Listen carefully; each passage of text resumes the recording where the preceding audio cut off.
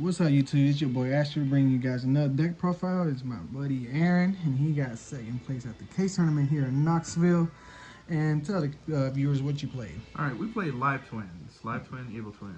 All right, and then how'd the deck perform for you? This is, in my opinion, one of the best decks I've ever played, just because you have so much control over the games. It's a one-card combo, so just all of your other cards can be hand traps or disruptions or going second cards. You just get to play around your opponent's cards and just, it's just really, really solid right now. Yeah, so let's get to the deck profile. All right, so for the deck, we got 3 Live Twin Kiss-a-Kill, 3 Live Twin Leela, 2 Kiss-a-Kill Frost, and 1 Leela Treat. Leela Treat is like, the only reason you would play it is just for extension purposes, but Frost actually has a really good purpose, so that's why you play it as a 2-of. You play 1 of the Evil Twin main deck monster for the sake of sending off Trouble Sunny. We'll get to that soon, but it's a brick when you draw it, but I do think it is necessary to play in the deck. We've got 3 Parallel Exceeds. This is just your best thing that you can open going first or second, because you get to play through cards better with the Nightmares if you use this. Going second, going first, you make Baguska, which is incredible against the entire format right now. For our hand traps, we just have 3 Ash, 3 Baylor, and 3 Nibiru, because Nibiru has the best interaction with Trouble Sunny.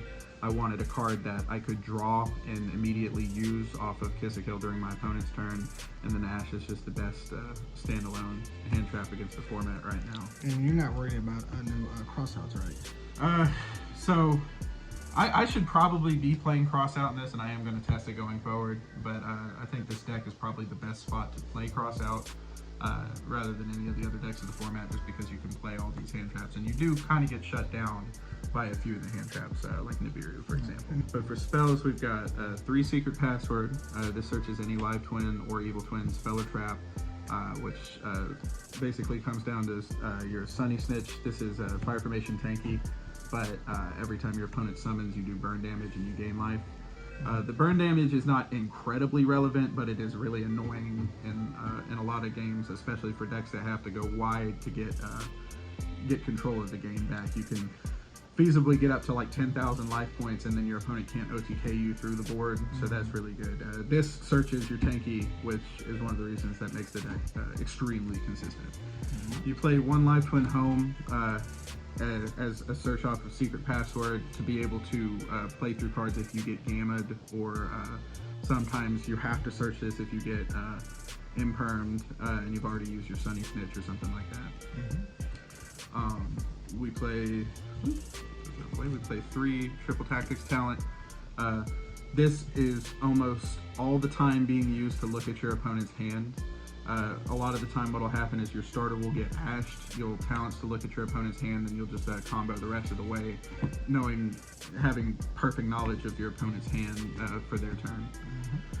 We got 3 Forbidden Droplets. This is the best going second card because you can do some combos with Kiss-a-Kill and Lilla. Like, for example, if they have like a Dragoon or something and you go summon Kiss-a-Kill, activate effect, they go attempt to negate the effect, you droplet, you send it to negate the Dragoon, and then you summon the other one, and since you control no monsters, you can summon another one from deck. So a lot of really cool interactions with Forbidden Droplet. We got 3 Pot of Desires just for extra draw power, more consistent hands, being able to draw more extenders or hand traps. There's no reason not to play this. The only thing that hurts on Desires is banishing the big Evil Twin from your deck. We got 1 Called by the Grave because it's just Called by the Grave, and then 1 Evil Twin Challenge for the 1 trap card. You search this off a Secret Password, and it helps you play around Droplets or Nibiru or Dark Ruler or Impermanence or anything like that during your opponent's turn. It just gives you insurance on your Sunny Snitch going through. But that is it for the main deck. Like I said, it was 40 cards. For the extra deck, we got 3 Evil Twins Trouble Sunny. This is the best thing that this deck could ask for. These cards but this is the thing that ties it together. This is the only thing that came out of Bode that went into this deck. This card is just incredible. You have the ability to bring back 2 monsters, 1 monster, whatever you want to do for the situation. You can pop a card, draw a card, and then on your turn you just get to non-targeting send any card to the graveyard before you start making your plays. And we got 2 kisses. Before we go to that, for sure. Let's not hide that. All right, this is the sad one. That's the sad one. I tried to not make this as much as possible. And then we're looking for a third. So. For a third, okay. Yeah. We don't discriminate. We're gonna, give it camera time. All right, but continue. But we're playing 2 Kiss a Kill, 2 Lilla. There's no reason to play any more than this. You very rarely make the second of both of these, anyways. Since you're playing out of your graveyard for the most part. If the game goes on longer than that, you probably already lost at that point anyways. But the great interactions with Sunny is if you can stick it to where Kisakil and Lilla are on your field during the end phase, it goes back to your turn. You use Sunny's effect, you send a Kisakil or Lilla to send a card on the field to the grave. You use it to bring it back, draw a card, and then you can summon an extender, make a unicorn, shuffle a card back, draw a card, use her effect, bring this back, pop a card. There's just so much crazy stuff going on. But yeah, Sunny just kind of ties it all together. I play 1 Almirage for the sake of opening a monster that and like no starter and a parallel exceed, so I can go into Baguska to at least buy some time to get into the meat of the deck. We got 1 Phoenix and 1 Unicorn. The Phoenix is really just kind of a flex spot to deal with floodgates, back rows, and stuff like that. Unicorn, I'm legitimately making this at least once a game, co-linked to something, so you're drawing a card. It's just the best removal besides Sunny. 1 Underworld Goddess of the Closed World.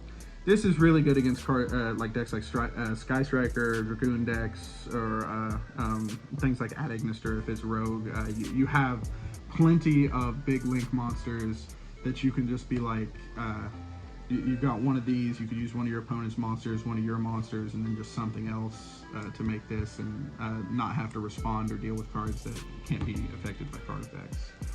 And then for the Ixies monsters, I've got 1 Sky Cavalry. This card is just insane to be able to summon a twin, make this, go into battle, do something, and then make the Downerd and the Zeus for just completely wiping out boards, and then you can just activate Live Twin Home and then just completely, play afterwards too, which is bananas. And then the 1 Baguska, you can make the Zeus on Baguska too. If you've stalled them for a turn, you can hit them with it and then, make a Zeus and just put more pressure on them. But this is all that you need for the Ixies package. Baguska is just so good against Tri-brigade, Sword Soul. It has uses against every deck because every deck needs a main deck monster to do something, and if he's in defense, they're just blank cards. It's super good. You can make this like against decks that have monsters that have been trying to save things and just put everything in defense mode and then nothing activates and you just play through the rest of it with the links. In most of my matches, the side deck actually it wins the game in 9 times out of 10, just because with the deck being 1-card combos, everything else you could just play as blowout cards, going second, going first, whatever you need. So I've got for monsters, I play 2 Lancia just because it's generally good against most of the format.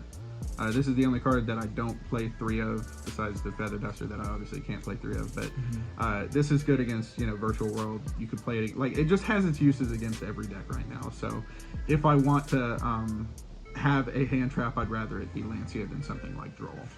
Obviously the 1 Duster for the back row decks. Just having something, like I said, blowouts are probably the best way to go. I play Dark Ruler No More at 3, and this comes in pretty much against anything that sets up a board that you're forced to go second. So you can just Dark Ruler, summon your 1 card, and then you have other cards to out advantage your opponent. It's just super good not to play 3 of right now. We got 3 Cosmic Cyclones. I'm doing this over something like Twin Twister because I'm afraid of the Lord of the Heavenly Prison. I just want something that doesn't destroy the back row, so I'm able to spot removal cards that scare me, like floodgates and things like that. It's just also really good against a lot of decks in the format right now. I've got 3 anti-spell fragrances. This comes in going first. It 100% wins the game on its own. If your opponent's playing a deck that has a heavy spell presence, or that are feasibly citing cards that against you, like Lightning Storm, Dark Ruler, Droplets, and things like that, anti-spell is the best answer to doing something like that, because you can flip it. Your opponent is forced to set their cards, and then you blow them up with Leela, the Sunny, another Leela. When it gets back to your turn, you Unicorn to put a card back, you Phoenix to pop a card. They can't get into the game. So we got that, and then we have 3 evenly matched. This card is just super good right now against back row decks or anything that goes really wide. You could just get the game down into your favor, take all their cards away from them, and then you just gain incremental advantage and just beat them out that way. But it's super good right now going second. And that is it for the side deck. What was your tournament report? All right, so round 1 I played against Tri. I lost the roll, ended up losing game 1 to an Imperial Order, and then just grinding it back for games 2 and 3. Round 2 I played against Sky Striker. I played like a 25-minute game 1 that he just out-advantaged me, so I had to scoop, and I was able to get 2 more games in real quick and just beat him up real quick. Anti-spell, crazy in that matchup. Round 3 I played against the Rise to Full Height Paleo deck. That deck is really neat. You can't like get attacks off, but any back row decks playing against Evil Twin, it's not good for them. You just out-advantage them way too quickly. Round 4 I played against Clifton with Sky Striker. He was my 1 loss for the day. I made a few misplays, and yeah, that's pretty much how that one went. Round 5 I played against Shadow Despia. I lost the roll. Game 1 lost to Winda. Game 2 and 3 just kind of grinding my way back into it. Round 6 I played against Sword Soul. Managed to win game 1 after losing the dice roll. I lost game 2 because his board was a little too crazy for me to handle, and then round 3 I was able to just blow him out. And then round 7 I played against the Eldritch Zombie deck that also made top 8. That one was really cool. Has a really bad matchup against Evil Twin. So other than that, that was pretty much the tournament. We decided to split top 8. I definitely wanted to play it out, but everybody else wanted to go home, so I kind of respected that. But I definitely think this deck is a huge contender this format. Do not sleep on it. Any changes to the deck, or everything looks sounded solid, looks solid, performed? I want to test Crossout Designator. Other than that, I really like the way that this deck, this has kind of been hammered out. There's a build I want to try that has, multiple of each hand trap, like cards that hurt the deck too, like Bell and Imperm, and then play Crossout as well instead of Desires. But I really like it the way that it's at. And I'm definitely excited to keep playing it going forward for these regionals and things like that. Alright. And any shout outs you want to give out before we end this video? As always, we're going to shout out the sponsor, Play to Win Games. Definitely check them out on TCG Player. I wouldn't have all these pretty cards without them. As shout outs to my Chattanooga Yu-Gi-Oh community. Yes. We tried to pull out at that case tournament. And they performed well too. It was like four people at the top 16. Yeah, we had 4 people in top 16, 2 people in top 8. So that was, we can't ask for too much more than that. We'll be showing up for the 3v3 at CM Games later this month. Oh yeah, it's coming up too. Yeah, for sure. But otherwise, shout out to Astro. Shout out to my boy Fred, who does the editing on these videos. Shout out to him. Shout out. For sure. Yeah, appreciate for the time. Appreciate the profile, man. And hopefully we seen you more in this channel and more. I know there's more to come, man. You're in your prime right now. This is my prime time. Yeah. Well, till the next time, guys. Make sure you hit that subscribe button, and until the next time, peace.